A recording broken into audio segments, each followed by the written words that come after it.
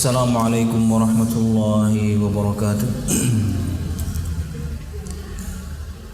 Innal hamdalillah nahmaduhu wa nasta'inuhu wa nastaghfiruh wa na'udzu billahi min shururi anfusina wa min sayyiati a'malina. Man yahdihillahu fala mudilla lahu wa man yudlil fala hadiya lahu. Asyhadu an la ilaha illallah wahdahu la syarika lah wa asyhadu anna Muhammadan abduhu wa rasuluh. Qala Allah Ta'ala fil Qur'anil Karim, a'udzu billahi minasy syaithanir rajim. Ya ayyuhalladzina amanu taqullaha haqqa tuqatih wa la tamutunna illa wa antum muslimun.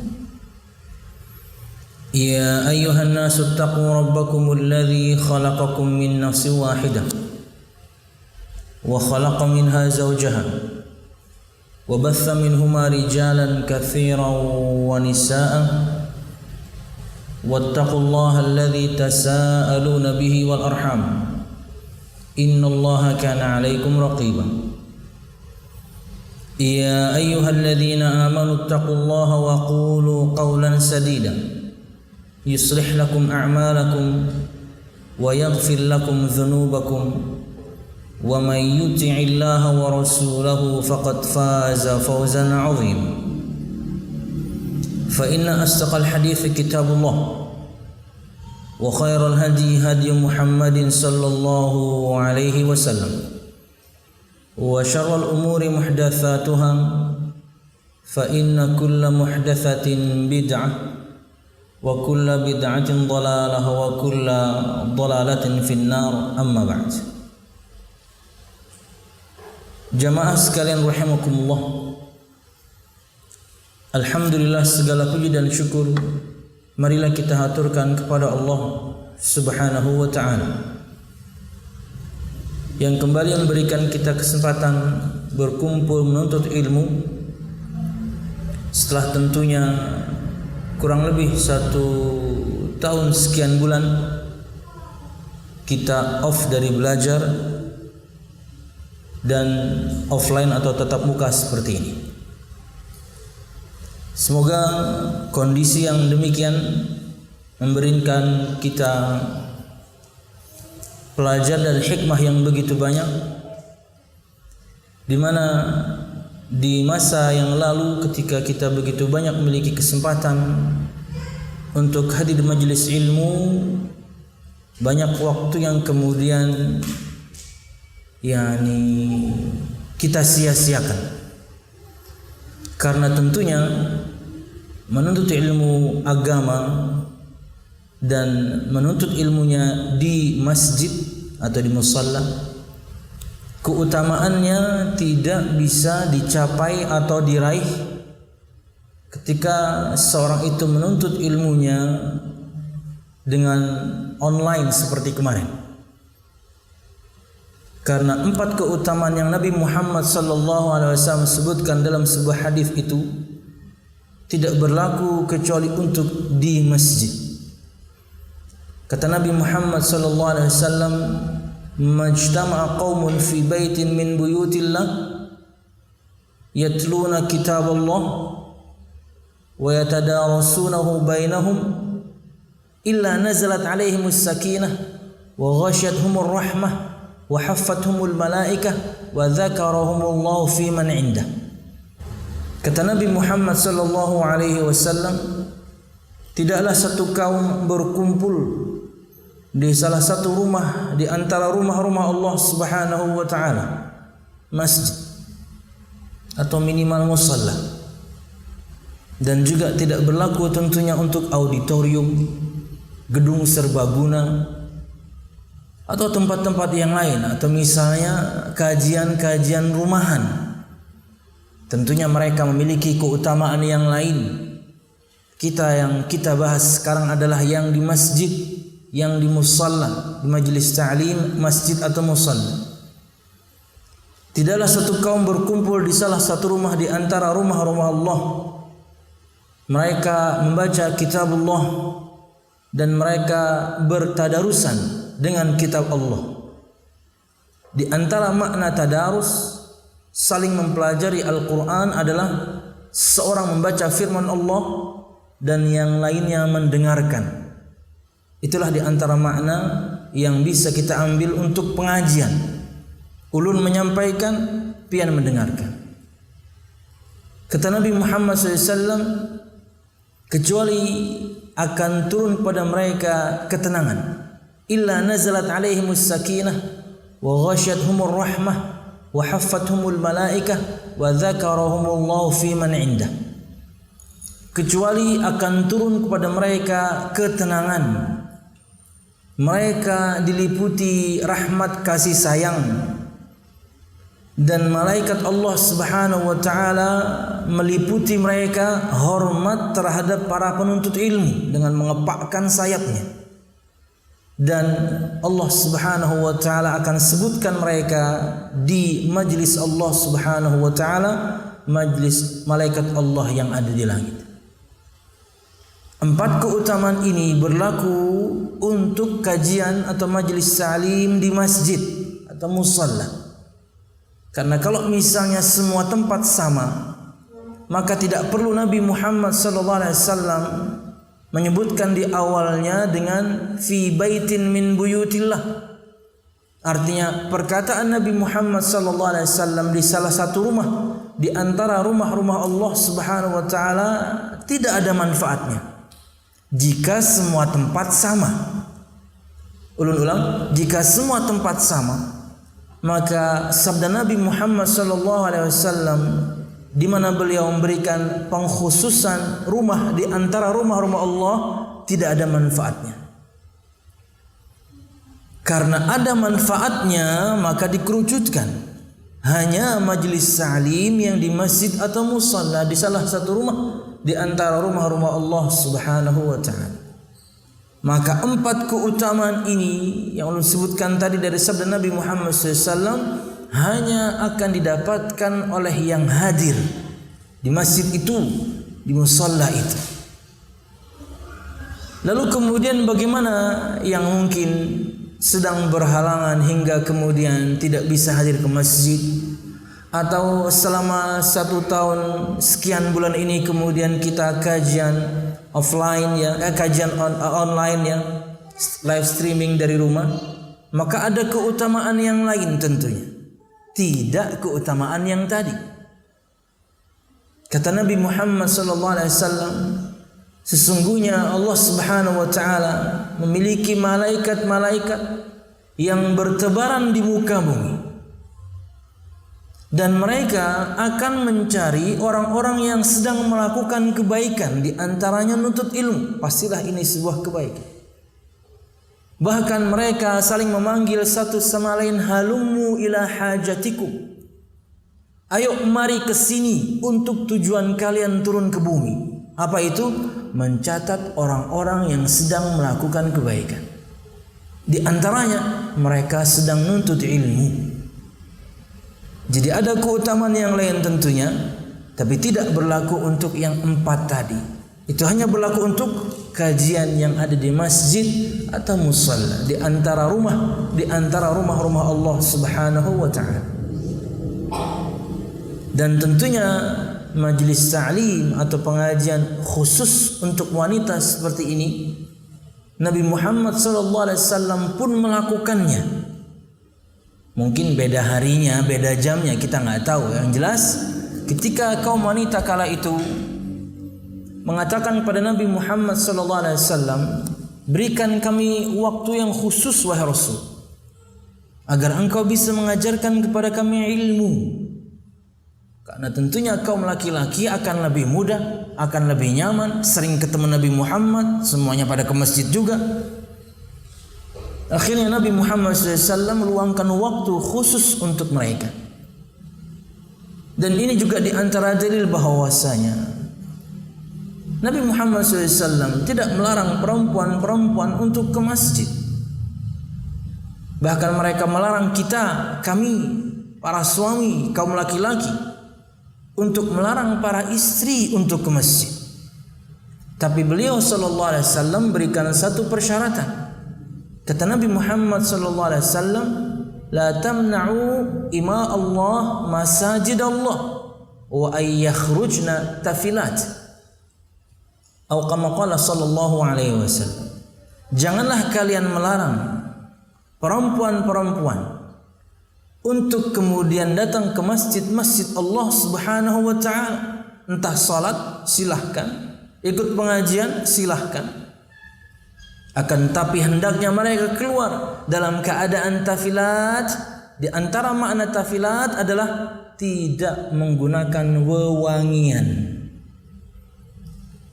Tentunya yakni untuk roll on ya silahkan ya, atau misalnya juga apa gitu ya, yang baunya tipis, yang baunya samar ya, untuk bau ketiak ya pakai, nggak ada masalah. Karena memang di antara ciri khas wewangian wanita itu yang baunya tipis, samar. Dan itu terpraktekkan di zaman sekarang insyaallah di beberapa produk roll on, bahkan di antaranya ada yang non parfum.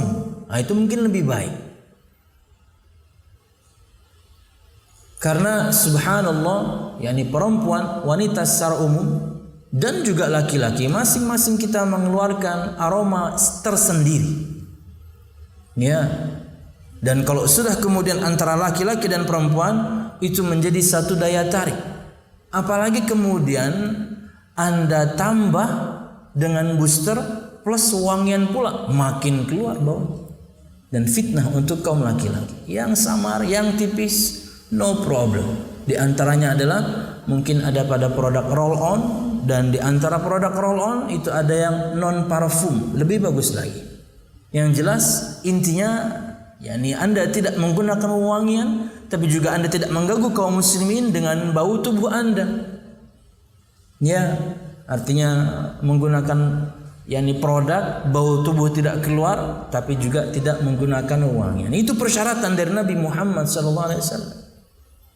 Maka silahkan ke masjid. Berkaitan dengan salat tentunya Nabi Muhammad berikan keutamaan yang lain. Akan tapi rumah mereka lebih baik untuk mereka. Ya, di kamarnya, di tempat yang paling tersembunyi di rumahnya, yaitu kamarnya. Dan tidak perlu kemudian kaum wanita merasa iri dengan kaum laki-laki yang bisa berjamaah dengan keutamaan 27 derajat dibandingkan salat sendirian. No, Anda ketika mengikuti sabda Nabi Muhammad dapat pahala luar biasa. Nabi Muhammad sudah sebutkan, dan rumah mereka lebih utama untuk mereka. Cuman tidak terlarang untuk ke masjid, boleh. Bahkan kalau kita ingin bahas lebih dalam gitu ya, perempuan haid pun boleh menghadiri pengajian. Ya, apalagi di zaman sekarang kemudian yakni produk yang dimiliki dan pian semuanya pakai pastinya ketika datang bulan. Di zaman dulu mungkin susah. Makanya kemudian sebagian para ulama memberikan persyaratan selama aman, tidak mungkin karena banyak gitu ya, betul-betul bisa dia meyakinkan dirinya aman, tidak keluar, tidak netes bahkan mungkin. Itu zaman dulu. Dengan produk yang kita miliki di zaman sekarang semuanya aman. Wallahu a'lam bishawab. Walaupun itu tentunya ada khilaf ya, ada khilaf. Tapi sebagian ada yang membolehkan, sekalipun haid pun dia boleh ke masjid untuk mendengarkan pengajian. Sebagian lagi kemudian memberikan jalan keluar mungkin di areal yakni pelatarannya, tidak masuk ke dalamnya. Sebagian memberikan alasan yang penting sebentar saja, nggak lama. Pengajian kita kan nggak sampai 1 jam, cukuplah memenuhi persyaratan itu. Wallahu a'lam bishawab. Jadi keutamaan menuntut ilmu di majelis ta'lim yang di masjid tidak dimiliki orang-orang yang menuntut ilmu yang juga memiliki keutamaan di luar masjid. Ini hanya pengingat, penyemangat. Dan alhamdulillah memang yakni keulun pribadi juga ke DKM masjid, banyak di antara pian yang sudah yakni ingin kapan pengajian. Alhamdulillah kita bisa laksanakan sekarang. Dan apalagi yakni karena tidak ada jamaah laki-lakinya, ulun lebih mudah untuk tidak menggunakan masker karena cukup capek, cukup lelah. Khususnya apalagi ulun juga punya keluhan berbicara tapi pakai masker itu luar biasa berat sebenarnya. Tapi alhamdulillah ini jadi lebih mudah. Wallahu a'lam bishawab. Nah, jamaah sekalian rahimakumullah, Ibu yang muliakan. Insyaallah pengajian kita adalah pengajian lanjutan dari kitab yakni Al-Wajiz fi Aqidati Salafis Salih Ahli Sunnati wal Jamaah, atau dengan terjemahan Indonesia adalah Intisari Aqidah Ahli Sunnah wal Jamaah. Ini lanjutannya. Jadi kitab ini yang insyaallah kita akan bagikan pekan depan, dan ulun pengen pian mendaftarkan diri yang hadir sekarang khususnya ya, bukan yang di luar sana ya. Sorry nih. Mendaftarkan diri ke atau pian percayakan ke satu orang. Daftarkan nama Anda atau mungkin dengan kunyah Anda, nomor telepon ke salah satu orang di antara pian. Karena ulun pesannya yakni cuman 100. Dan itu mungkin pekan depan belum tentu datang ya, karena kita belum tahu stoknya ada atau enggak.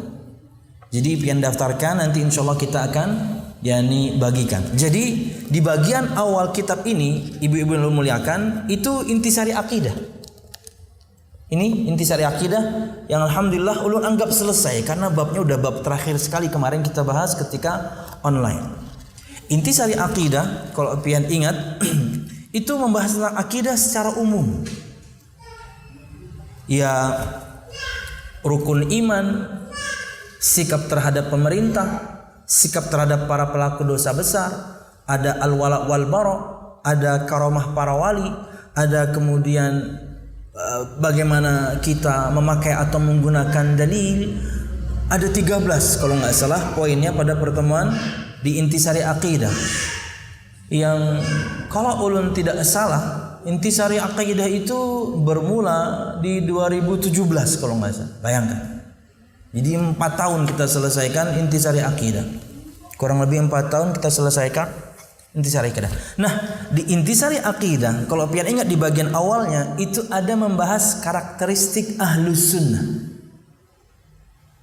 Sifat ahlus sunnah.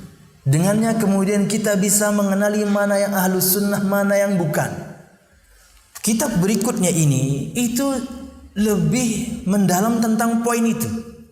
Jadi kalau misalnya di intisari akidah keistimewaan dan karakteristik ahlus sunnah itu dibahasanya dalam satu halaman, yakni poin-poin kecil saja, ini dibahas lebih detail. Disebutkan di sini untuk perkara yakni pondasinya di sini ada 6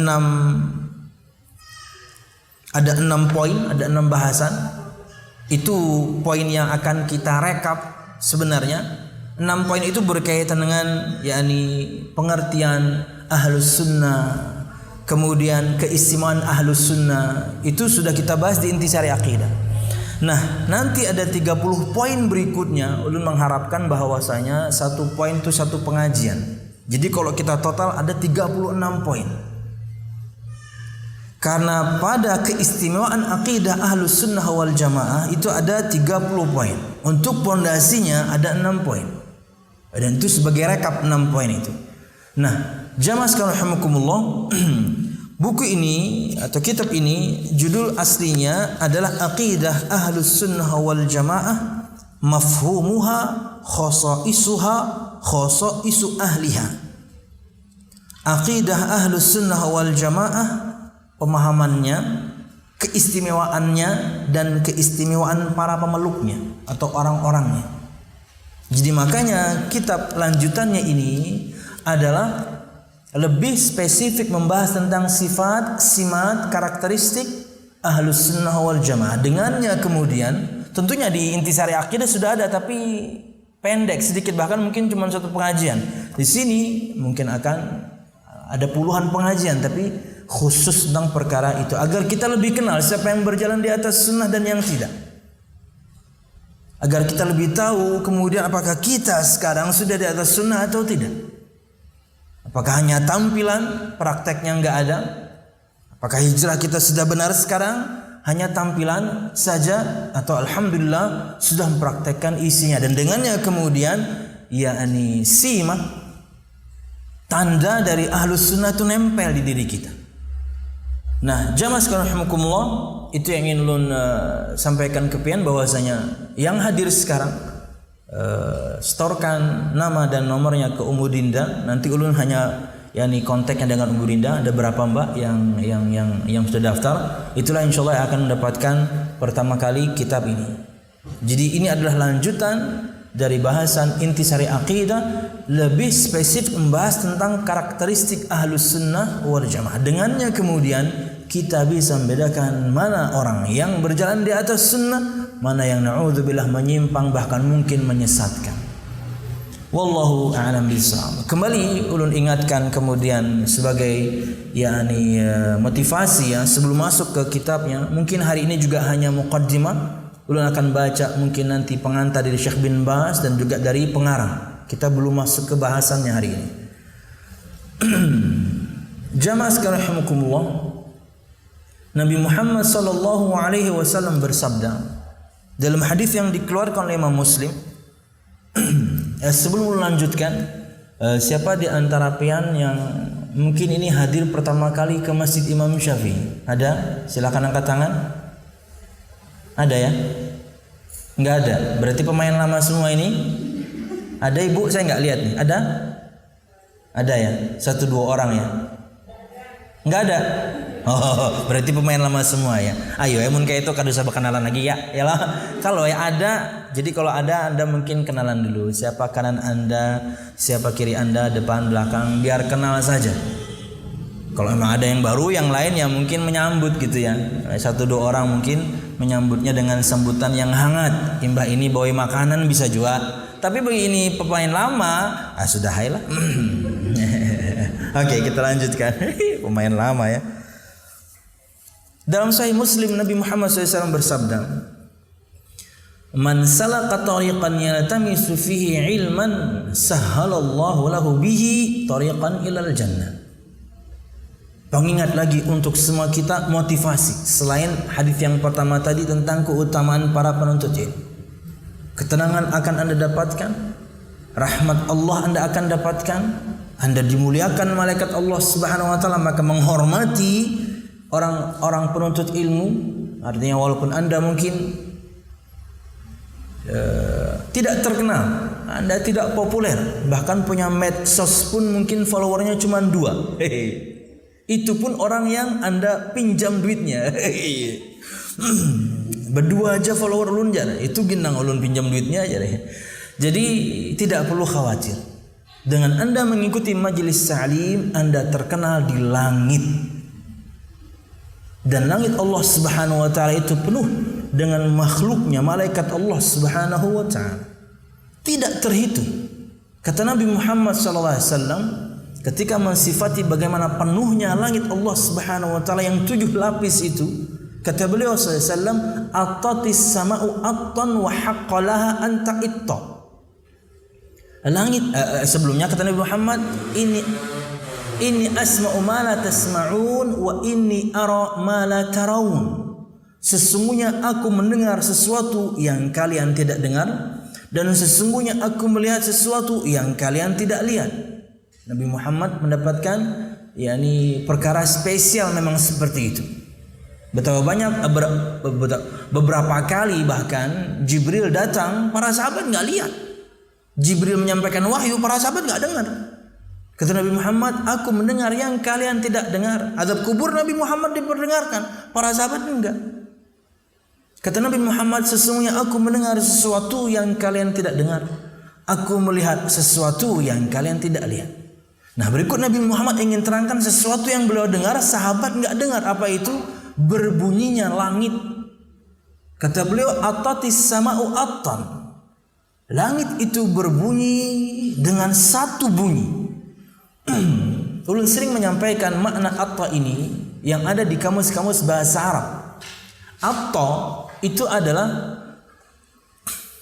bunyi yang keluar dari keranjang yang diletakkan di atas unta khusus pembawa bekal atau makanan. Jadi ada unta khusus untuk membawa bekal, perbekalan untuk safar. Di atasnya ada keranjang. Ketika barang-barang diletakkan di keranjang itu, keranjang ini mengeluarkan bunyi. Anda bisa bayangkan, terserah mungkin zaman sekarang apa gitu ya, keranjang apa gitu kita letakkan di satu tempat, ketika kita isi penuh dia mengeluarkan bunyi, entah krek, entah nyik, terserah. Dia mengeluarkan bunyi, bukti bahwasanya bebannya berat hingga dia mengeluarkan bunyi. Kayak gitu.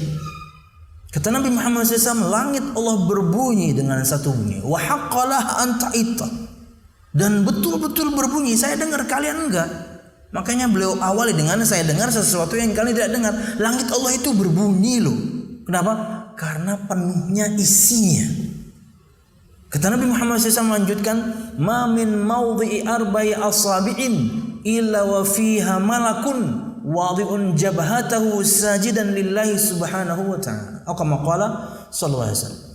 Tidak ada satu spot titik jarak antara 4 jari di langit Allah itu kecuali di sana ada satu malaikat Allah yang meletakkan jidatnya sujud kepada Allah Subhanahu wa taala. Penuh. Langit Allah itu penuh. Langit Allah yang sangat luas ini, yang sangat indah ini. Dari barat sampai timur kita nggak tahu pojoknya di mana, utara selatan nggak tahu pojoknya di mana. Yang kita saksikan ini pun mungkin ini belum fullnya mungkin ya, luas sekali. Karena kata Allah Subhanahu Wa Taala, wa ma ya'lamu junuda rabbika illa huwa, dan tidak ada yang mengetahui jumlah tentara Tuhanmu Allah Subhanahu Wa Taala kecuali Dia. Hanya Allah yang tahu jumlahnya. Nabi Muhammad ketika Mi'raj, beliau dibawa ke Baitul Ma'mur. Baitul Ma'mur itu seperti Ka'bahnya penghuni bumi. Bahkan kata Nabi, tempat tawafnya malaikat Allah Subhanahu wa taala. Kata Nabi Muhammad, lau kharra 'alaiha.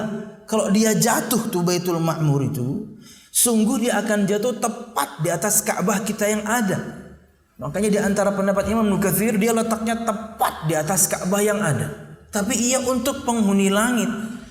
Ketika Nabi Muhammad bertanya, apa ini? Ini Baitul Ma'mur. Kata Jibril, sehari di sini tawaf 70.000 malaikat Allah.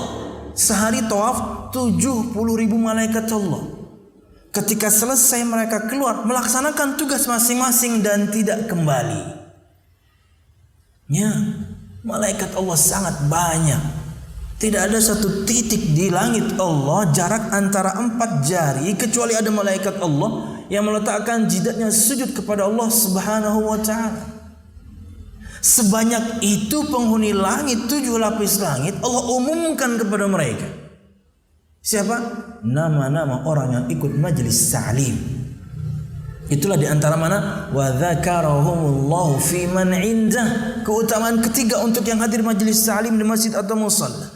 Dan Allah akan sebutkan mereka pada majlis yang ada di sisi Allah Subhanahu wa taala, para malaikat Allah.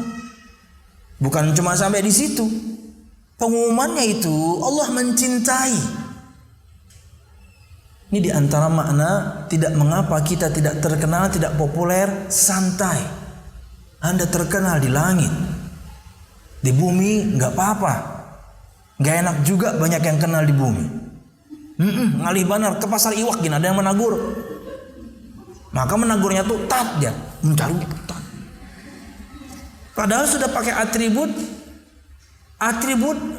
bukan atribut ustadz lah ya. Ke pasar masa saya pakai baju koko ya, pakai baju kaos oblong biasa, pakai topi. Terkadang karena silau sudah sipit, silau pulang pakai kacamata. Ada aja yang menagur tat, dia mana? Nah, tetap ada yang kenal, nggak enak. Iya, karena kita ke pasar mungkin pengen beli sesuatu yang mungkin orang nggak suka ya. Wah, hendak nukar jengkol lawan pete. Wah, ketujuh kapian jar. Wah, iya. Misal doang ya. Nggak enak. Anda kira enak? Ulun tanya aku Ustaz Ahmad Zainuddin, hafizallahu taala. Gimana Tat?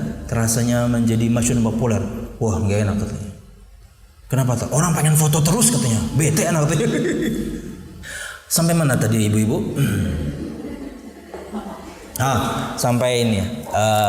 Allah itu menyebutkan kita itu, menyebutkannya dengan kecintaan. Ya.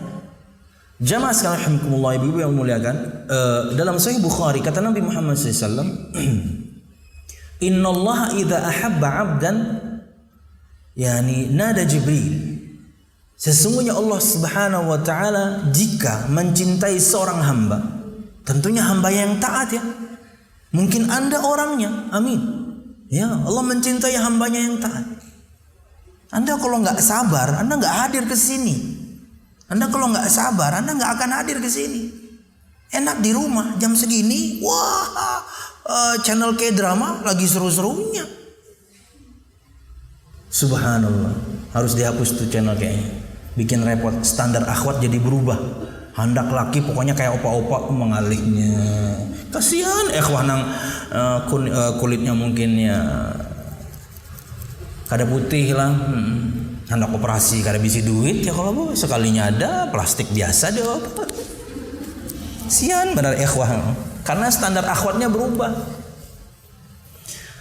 Ngomong apa tadi bu?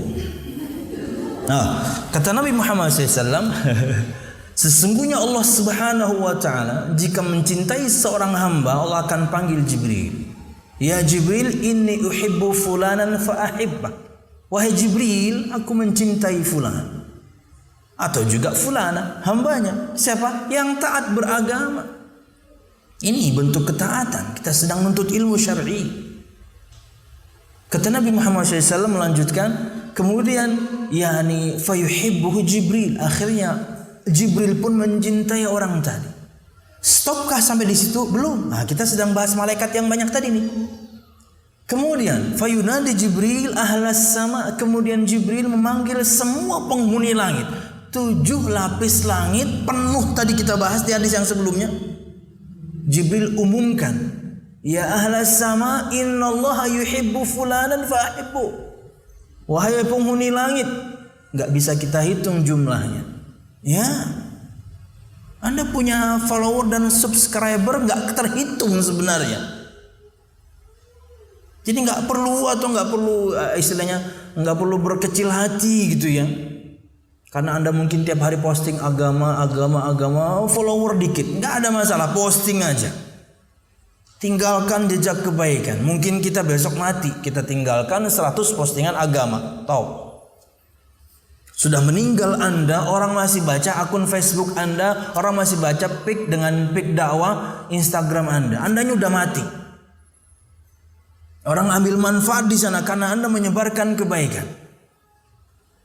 Piknya mungkin infonya singkat, tapi captionnya cukup jelas. Hukum ini, hukum itu, ini halal, itu haram. Ya, adab ini, adab itu. Subhanallah. Itu baru 100. Gimana kalau postingan Anda sudah 1000? Postingan Anda 2000. Semua kebaikan. Mati Anda. Dan sangat mungkin jarak antara Anda meninggal dengan tegakkannya hari kiamat mungkin masih jauh. Dan kita tidak tahu apa setelah medsos ini, kita nggak tahu. Setelah medsos ini mungkin 10 tahun mendatang, bagaimana mungkin perkembangan medsos ini kita nggak tahu. Bisa jadi lama-kelamaan kemudian teknologi handphone ini tanam chipnya di mata kita. Begitu buka, langsung status teman ada di sini. Nggak tahu. Orang begitu kebuka mata karena temannya adalah Anda yang dia follow, langsung kelihatan. Nasihat setiap hari. Anda sudah meninggal, tapi kemudian pahala mengalir terus. Jadi nggak ada masalah. Kalau Anda kemudian yang Anda follow adalah akun-akun dakwah, nanti juga ya akan memfollow Anda orang-orang yang ruhnya sama. Orang yang hanya ingin kebaikan, hanya meninggalkan jejak kebaikan. Nah, kemudian kata Nabi Muhammad, Jibril mengatakan, hai penghuni langit, sesungguhnya Allah mencintai fulan atau juga fulanah, umum. Siapa mereka? Mungkin Anda orangnya, barakallahu fiikum, amin. Kenapa? Karena Anda taat kepada Allah. Sabar dalam menjalankan ketaatan, sabar dalam meninggalkan kemaksiatan, sabar ketika tertimpa musibah, taat kepada Allah. Fa'ahibbu, maka cintailah dia. Fayuhibbu ahlus sama, akhirnya dia dicintai semua penghuni langit. Anda di like semua penghuni langit. Anda di lope-lope semua penghuni langit, bayangin. Ya, diketuk 2 kali tek-tek keluar lovenya kan, penghuni langit tapi. Subhanallah. Kemudian fayuktabu lahul qabul fil ard, kemudian akhirnya dituliskan untuknya penerimaan di dunia. Manusia akan mencintai dia karena Allah mencintai dia. Malaikat Jibril yang paling utama di antara semua malaikat mencintai dia. Semua penghuni langit mencintai dia. Akhirnya penghuni bumi pun mencintai dia. Jadi jalankan ketaatan kepada Allah. Jangan kemudian melakukan sesuatu, meninggalkan sesuatu karena ingin mencari ridha manusia. Meninggalkan ketaatan karena kada nyaman lawan orang. Melakukan kemaksiatan karena kada nyaman lawan orang. Gak enaknya sama manusia. Jalankan ketaatan kepada Allah walaupun kemudian manusia gak suka. Cari ridha Allah walaupun manusia gak suka. Kata Nabi Muhammad dalam riwayat Imam Tirmidzi, "Man iltamasa ridallah bi sakhatin nas, radiya anhu Allah wa radiya anhu nas." Barang siapa yang hanya mencari ridha Allah, kecintaan Allah dengan menjalankan ketaatan ini. Bi sakhatin nas, walaupun manusia enggak suka. Bukan lagi enggak suka, dituduh macam-macam. Terakhir kemarin tuh yang kejadian bom terakhir tuh, wah itu tidak sedikit cerita yang sampai ke ulun, ya dari para suami, ya kemudian dari si akhwatnya langsung, bagaimana mereka mendapatkan diskriminasi karena pakaian Anda, subhanallah. Tapi nggak apa-apa, sabar, abaikan aja. Kenapa? Orang bodoh menilai seseorang hanya dari pakaian. Makanya jamaah sekalian rahimakumullah, kita perlu belajar akidah ini. Kemudian kita tahu bagaimana ciri-ciri ahlus sunnah ini agar kemudian orang tidak tersamarkan untuknya ahlus sunnah. Karena semua mengatasnamakan ahlus sunnah, bahkan mungkin cara berpakaiannya sama. Yang perempuannya ini pakai cadar juga, yang laki-lakinya ini memelihara jenggot dan celananya juga. Tapi akan ketahuan dari bagaimana prakteknya dan ketahuan dia ahlus sunnah atau tidak. Itulah kenapa kita harus belajar agar kita memiliki sifat ini. Penting untuk kita pelajari. Makanya fokusnya adalah pada khasais, pada simat, pada karakteristik dan keistimewaan ahlus sunnah yang dengannya kita dikenal, yang dengannya kita mengenal siapa ahlus sunnah wal jamaah sebenarnya. Wallahu a'lam bishawab. Kan tapi sebaliknya jamaah, man iltamasa ridwan nas bi sakhatillah sakhita anhu Allah wa sakhita anhu nas. Barang siapa yang mencari ridha manusia, kada nyaman lawan pasangan, kada nyaman lawan orang tua, kada nyaman lawan teman, padahal ajakan mereka melanggar, cuman gak enak aja ikut. Maka kata Nabi Muhammad SAW, sakhita anhu Allah, Allah akan murka kepadanya, nantinya manusia pun akan murka kepadanya. Ya, maka bismillah, jalankan ketaatan kepada Allah Subhanahu wa taala sesuai tuntunan Nabi Muhammad sallallahu alaihi wasallam, walaupun banyak orang yang tidak suka, banyak orang mungkin mencibir, banyak orang yang mungkin membuli, banyak orang yang mungkin mendiskriminasikan, bahkan mungkin sebagian pian merasakannya. Enggak ada masalah. Yang penting Allah mencintai, Allah meridhoi, itulah yang paling utama dari kehidupan ini. Wallahu a'lam bishawab. Tapi untuk bahan introspeksi, bisa jadi kemudian bulian itu datang, sindiran itu datang, nyinyiran itu datang, mungkin karena salah kita, salah berbicara, salah dalam menggunakan kata. Ini jadikan bahan introspeksi. Jangan sampai kemudian semangat kita belajar, semangat kita nuntut ilmu, tapi kemudian kita lupa rambu-rambu. Ya, akhirnya kemudian ada 1 orang, ada 2 orang, ada 3 orang yang tersakiti dengan perkataan Anda, padahal Anda niatnya menasihati. Cuman mungkin pemilihan katanya kurang tepat, timingnya kurang tepat.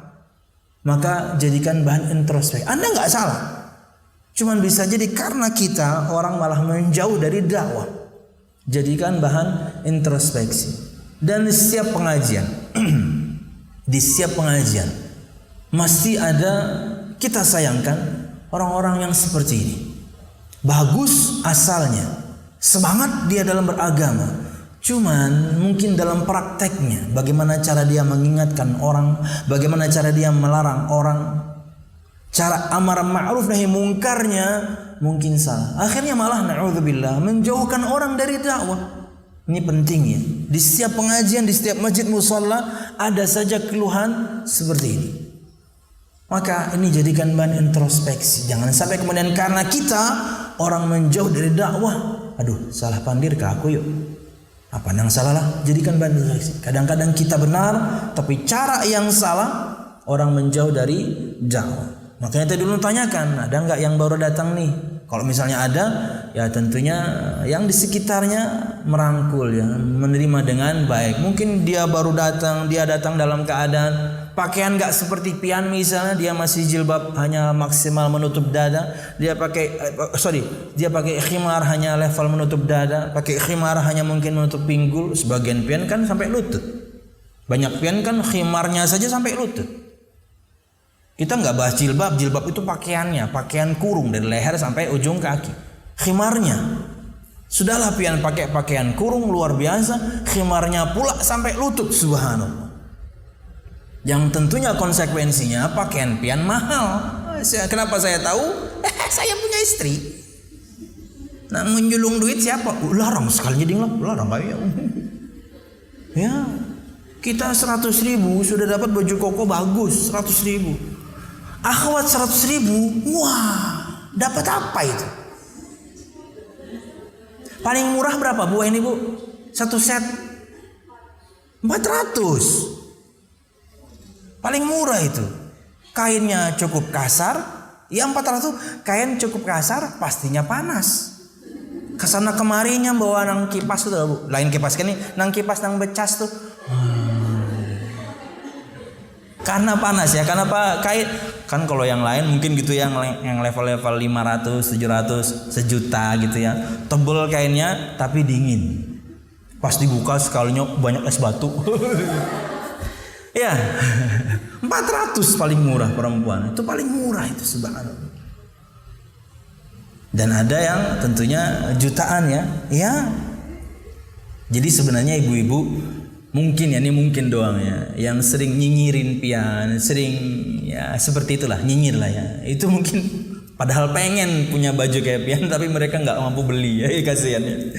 Aduh, wallahualam bisa. Jadi jadikan bahan introspeksi. Jangan-jangan kemudian ada perkataan kita yang salah, timing menyampaikan kita yang salah, perkataannya sudah benar tapi timingnya salah, maka jadikan bahan introspeksi. Jangan sampai karena kita orang kemudian menjauh dari dakwah. Jadi kalau yang ada baru datang, mungkin pian tugaskan 1-2 orang akhwat lah. Siapa gitu. Wah, kita baca muqaddimah dari Syekh bin Baz ya. Pengantar dari beliau ya untuk hari ini. Oke, tentunya langsung terjemahannya. Saya tidak baca bahasa Arabnya. Berikut adalah pengantar untuk kitab ini dari Syekh bin Baz rahimahullah taala. Segala puji bagi Allah Subhanahu wa taala. Salawat dan salam mudah-mudahan selalu dilimpahkan kepada sang nabi terakhir Nabi Muhammad sallallahu alaihi wasallam beserta segenap keluarga dan sahabat-sahabatnya, amma ba'd. Saya sudah menelaah tulisan saudara Syekh Muhammad bin Ibrahim Al-Hamad. Jadi sebenarnya tulisannya Al-Hamad, bukan Al-Hamad. Di sini tulisannya Al-Hamad.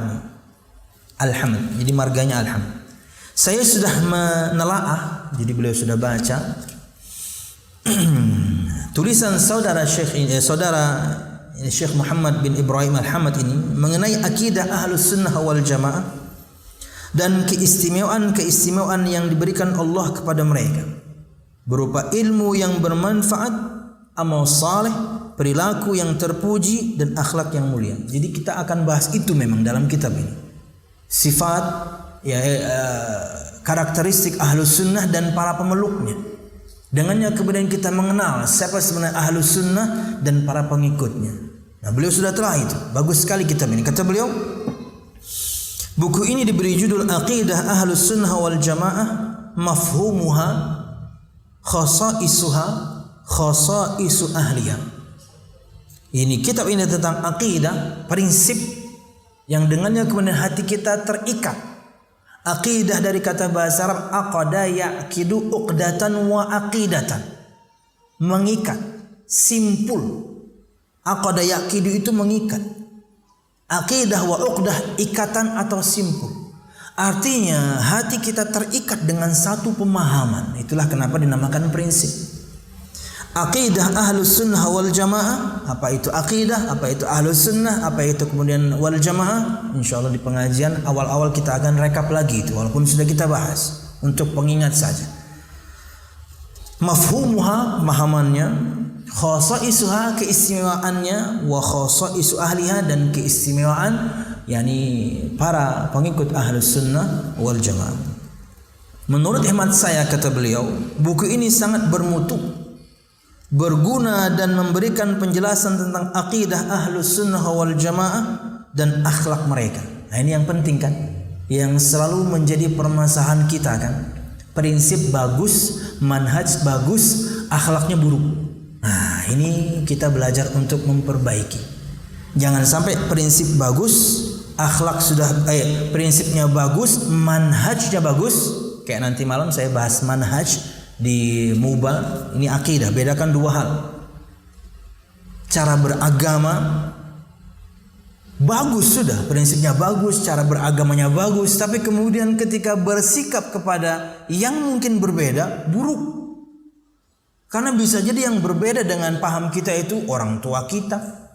Kita malah ketika belajar malah durhaka. Wah, gimana itu? Mendakwahi orang tua dengan caci maki. Wah, gimana itu?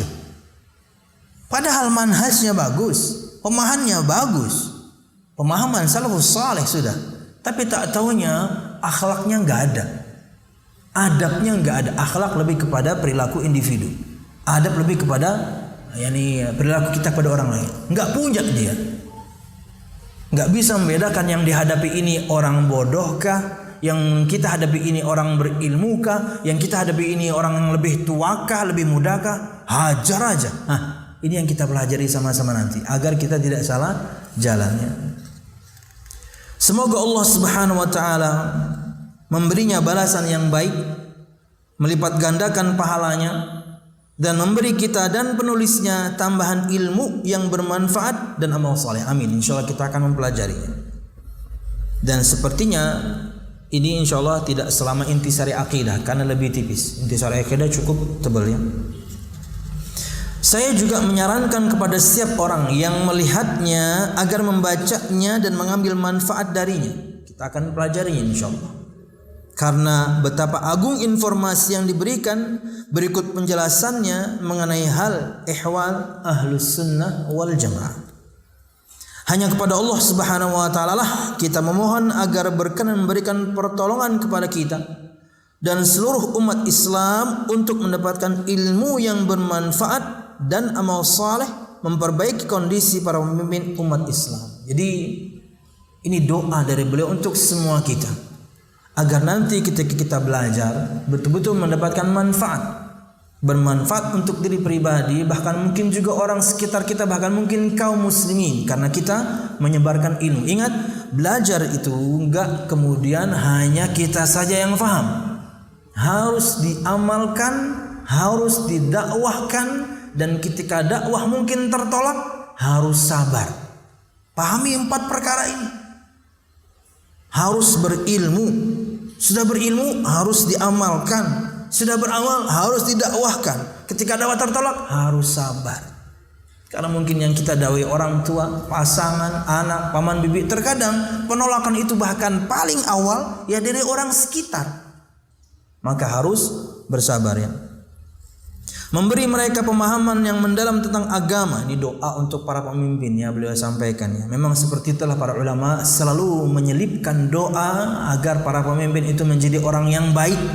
Karena kalau pemimpin baik mesti berimbas baik juga kepada yang dipimpin. Makanya para ulama, Imam Ahmad diantaranya, juga Imam Qadhi Iyad rahimahumullah subhanahu wa ta'ala, itu mereka mendoakan pemimpin, mendoakan kebaikan untuk pemimpin. Bukan Qadhi Iyad, Fudail bin Iyad rahimahullah ta'ala. Ketika ditanya kepada beliau, wahai imam, kenapa engkau tidak berdoa untuk dirimu sendiri saja? Karena beliau menyebutkan, jika saya tahu ada satu doa saya mesti mustajab, mesti Allah jawab, mesti Allah kabulkan. Kata beliau, saya akan persembahkan doa itu untuk kebaikan pemimpin. Kata murid-muridnya, kenapa tidak untuk dirimu saja? Kan tahu nih bakal mustajab, untuk dirimu saja. Tidak. Kata beliau, jika pemimpin baik, maka kebaikannya mesti berimbas ke rakyat. Jika doa itu untuk aku saja, yang manfaatnya untuk aku saja, nggak berlaku untuk banyak orang. Tapi kalau untuk pemimpin, baik kemudian pemimpin, maka ia akan berimbas baik untuk rakyatnya. Dan melindungi semua pihak dari malapetaka yang menyesatkan. Kita sedang mengalami atau menghadapi zamannya luar biasa ya. Fitnah media sosial ini ya, harus betul-betul punya filter kita, saringan kita agar jangan sampai kemudian kita hancur dengannya. Sesungguhnya Dia Maha mendengar lagi Maha dekat. Salawat dan salam semoga senantiasa dilimpahkan oleh Allah Subhanahu wa taala kepada Nabi Muhammad SAW beserta segenap keluarga dan sahabat-sahabatnya. Syekh Abdul Aziz bin Abdul bin Baz, Saudi Arabia 9, 11, 14, 15. Sekarang kita 14 berapa, Bib? 42. Beliau nulis ini mukaddimahnya 14, 15. 27 tahun yang lalu kitab ini dan baru kita membacanya sekarang. Mudah-mudahan bermanfaat mukaddimah ini. Salah dan khilaf ulun mohon maaf. Ada pertanyaankah? Ulun sudah sampai di sini dulu sebagai bahasan awal. Oh, boleh pakai mic boleh. Silakan ibu-ibu.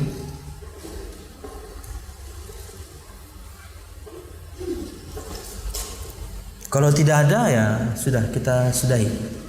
Wah, ada pertanyaan masuk nih. Assalamualaikum Ustaz. Waalaikumsalam. Apa yang dimaksud dengan mati jahiliyah? Barakallahu fiik. Mati jahiliyah.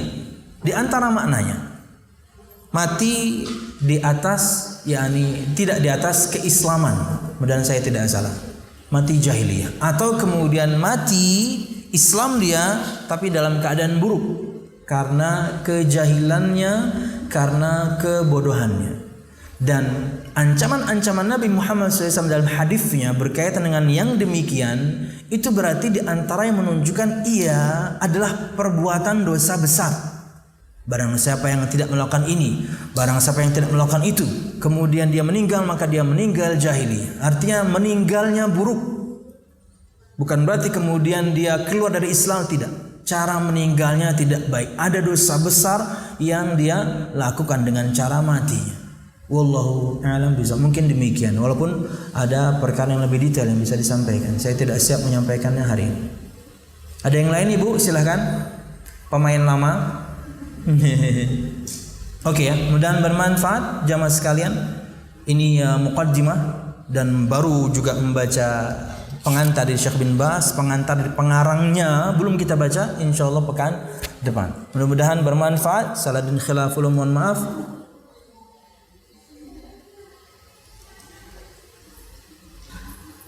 Ada satu pertanyaan penutup ya.